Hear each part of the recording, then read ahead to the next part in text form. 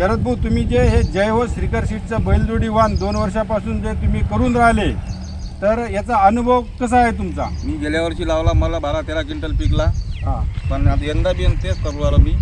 यावर्षी पण तेच केला. तर आता उगवण क्षमता कशी झाली याची? नाही, चांगली झाली उगवण क्षमता. बघा बरं, बघा बरं. पूर्ण निघाला पराठी. एक नंबर आहे बा. एक नंबर निघाला. नाही. बाद नाही, कुठेच नाही. पूर्ण एकदम पूर्ण निघाला पराठी. पूर्ण निघालेली आहे. हो. किती तारखेची लागवड आहे हे? हे 29 मे 2026. 29 मे 2026. किती पाणी झाले आता याला? तिसरं पाणी आता हे. तिसरं पाणी आहे. हो. तुम्ही हे काढून दुसरं पीक सुद्धा घेता का? हो, गहू घेतो ना, म्हणजे पीक काढून गहू पण घेतो. दरवर्षी गहू घेता. हो, दरवर्षी गहू घेतो. आणि श्रीकर सीडचं किती आपल्याला उत्पन्न किती येते जैवचं? ते 12-13 क्विंटल पर्यंत पोहोचते. बरं. तसंच तुम्ही यावर्षी गरुडा 99 हो हे सुद्धा तुम्ही एक पाकिट लावलेलं आहे. हो, यंदा ते काय हे चांगलं जन्मिशन निघालं आहे ना. चांगलं आहे. हो, चांगलं आहे. निघाला, पूर्ण निघाली.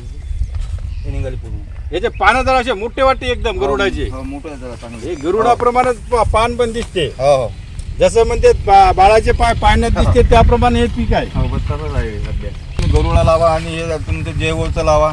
पराठी उत्पन्न चांगली आहे, उत्पन्न चांगलं आहे आणि उगवण क्षमता उगवण सुद्धा शक्ती चांगली आहे. आणि हे पीक काढून पुन्हा डबल दुसरं पीक घेऊ शकता तुम्ही. 10-13 क्विंटल कापूस काढून. तुम्ही दरवर्षी घेता. हो, दरवर्षी घेतो आम्ही.